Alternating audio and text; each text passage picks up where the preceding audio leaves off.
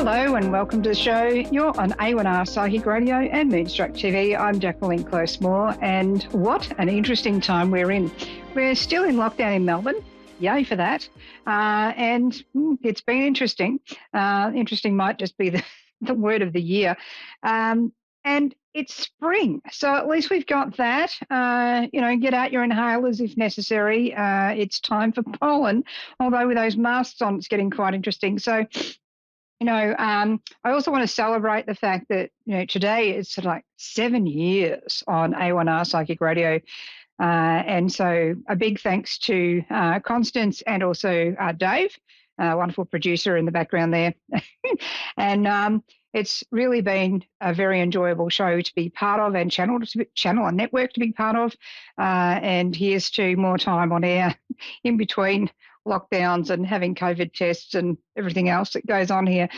So, when we look at spring and we look at it on a psychic level and even just a magical level and even just a plain old normal level, everyday level, it's kind of like that rebirth time. So if you're living in an area where you get snow and then you sort of get the dormancy of things not really growing during that period, and then it's like, snow is at first, the sunshine coming back in, you've got the snow melting, all those sorts of things have already happened, and you've got flowers in bloom and all this sort of thing. So on a psychic level, we sort of look at that and you can feel more of an upcharge, like a upswing in energy.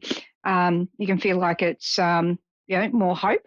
Some people get very melancholy during winter, because in winter it is a dormancy that we see in nature that's then reflected, often in ourselves. So that's where you can do a lot of creating or a lot of thinking and contemplating in the winter months and sort of seclusion. But we've been having long periods of seclusion here in Melbourne and in Australia.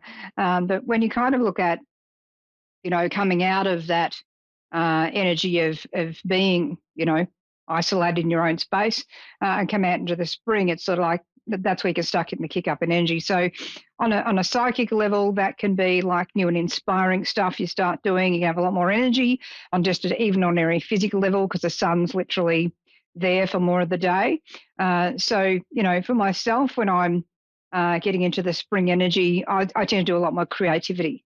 So, things to nurture yourself through the changes we're all going through, in our society, but also in the seasons. It's like it's really important to be very kind and nurturing to yourself, and to allow for self-care. Spring cleaning is often a thing we sort of associate with spring as well. And sometimes spring cleaning is kind of a big social exercise. No, I'm not talking to you anymore, or, something like that. Some people do. And it's sort of like, maybe it's much easier to just drift off into the background a bit, because as with you changing, you can find people around you change as well. So, that's a thing to sort of think about and have a bit of patience for. When you're looking at relationships, even in these uncertain times, sometimes clients are asking me, why did they suddenly cut off contact? Well, some people are just twits. That could be the person they're ghosting, or it could be the ghoster. It's really not nice when people ghost you. But at the same time, maybe look at more philosophically, all right, well, they weren't my right person, because if they were, right for me and I was right for them, there'd still be contact here. So I think often people are looking for, creating an ending through words and resolutions and I told them. And it's sort of like, yeah, but, what's that really doing for you? If we sort of take the energy of spring, it's like, all right, well, let's just shift into that new energy. Let's shift into what's actually good and all these sorts of things. So if you're sort of looking at ritualistically things to connect you with spring, so in Australia, spring, in the Northern Hemisphere, you'll be going into autumn.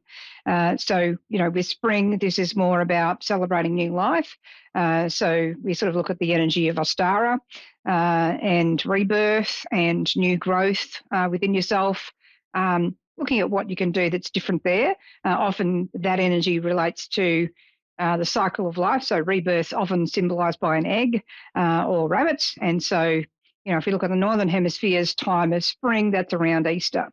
Whereas in the Southern Hemisphere, it's the opposite time of the year for us. And so, what steps can you take to spring forward and to see the fertility of life in action? That doesn't, fertility, when you think of what that means, it can mean creativity. So in your creative visualizations, you can actually, sit down and do a, treasure map or a visionary board, whatever you want to call those these days. It goes through different names through the decades that they call it. But essentially you draw up words, impressions, pictures, meanings that you put onto paper to symbolize the things you want to bring into the new cycle. So if you're thinking of that, it's good to be kind of specific, but not too specific. It's like if you get too stuck on one thing, you can miss the other things of what you're trying to manifest. So mainly keep your manifestation into the positive, so the things you're wanting to create. So if you are wanting to have abundance, you might symbolize that not just as money, but you might symbolize that as, some creative sort of imagery or something about nature that seems abundant. So flowers coming into bloom or something like that. Don't put into your manifestations what you don't want to happen. So I want less of this. No. No, you can have it more, because whatever you put in that focus is what's going to have more of. So if you don't like something, I don't like pizza, then you're going to get lots of pizza coupons, no doubt, and someone offering pizza because you're focusing on the word pizza or the object of pizza. The fact that you're saying don't want doesn't matter.